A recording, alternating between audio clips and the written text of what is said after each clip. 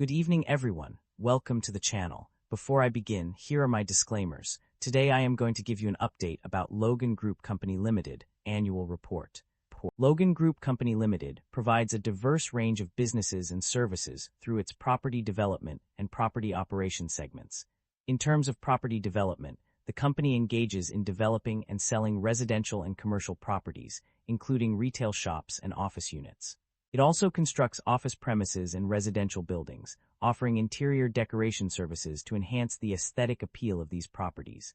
In addition to property development, Logan Group's property operations segment focuses on leasing office units, commercial centers, retail shops, and hotels. The company also offers various value-added services, including business and management consulting, urban redevelopment, and advertising services. These services cater to a wide range of clients, from businesses to individuals, making Logan Group a comprehensive provider in the property development and operation industry. Logan Group Company Limited maintains a market capitalization of $7 billion, broadly in line with the industry peer group. Logan Group Company Limited trades at a higher price-to-book ratio of 0.37 times relative within the industry. While the stock does not screen as absolutely cheap, mixed valuation signals relative to industry peers prevent a definitive conclusion. With the broader industry trading at lower valuation levels, this may reflect transitional pricing dynamics rather than clear mispricing, warranting further analysis of earnings quality, growth sustainability, and balance sheet strength. The company exhibits a very high leverage profile, with liabilities accounting for 88% of total assets. This elevated debt level warrants heightened caution, as it may limit the company's financial flexibility and increase risk during economic stress. We have to further examine the industry and the nature of the business to determine if they justify the current valuation. Average liabilities have declined over the past 5 years, indicating improving balance sheet discipline and reduced financial risk. Shareholder equity has declined over the past 5 years, but operating income remains positive. The equity weakness may stem from capital structure changes such as buybacks or dividends rather than operational deterioration. The company has consistently reduced its share count, reflecting a shareholder-friendly approach to capital allocation. The income statement shows that the company revenue have been declining annually and operating income have not been increasing. This shows that the business is under pressure with rising cost and its management is unable to expand the business. The primary drivers of revenue growth or decline can be attributed to several key factors. On one hand, a decline in property development revenue is evident due to low gross profit margins and provisions for impairment of inventories. Additionally, write-downs of inventories to net realizable value have also contributed to this decline. Furthermore, the decrease in sales area and sales revenue of commercial properties has also had a significant impact. On the other hand, an increase in attributable contracted sales in the Greater Bay Area is a positive trend that suggests growth potential.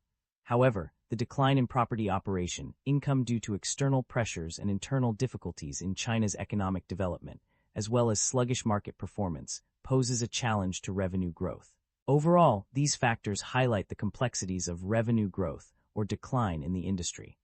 The company's financial performance indicates a significant improvement in its ability to generate positive operating cash flow.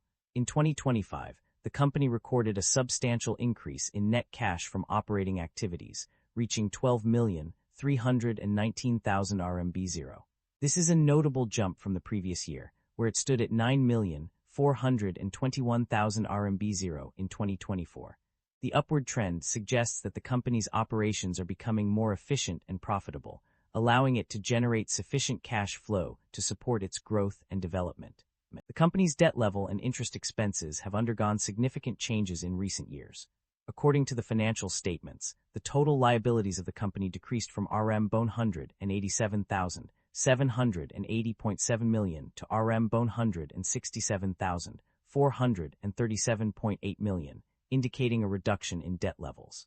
This decrease is attributed to various factors, including a decline in interest on bank and other borrowings by RMB 946,150, an increase in interest on senior notes by RMB 40,591, a decrease in interest expense, and a decrease in interest on corporate bonds by RMB 790,694. The company's interest expenses have also decreased significantly. The total finance costs decreased by RMB 855,330, while the net finance costs dropped to approximately RMB 318.5 million from RMB 104.8 million. These changes indicate a reduction in the company's financial burden and suggest that it is managing its debt levels effectively. Concerns have been raised regarding inventory buildup, a phenomenon where companies accumulate excessive stock levels due to various factors such as overproduction or slow sales.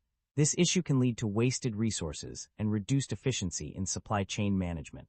The consequences of inventory buildup are multifaceted.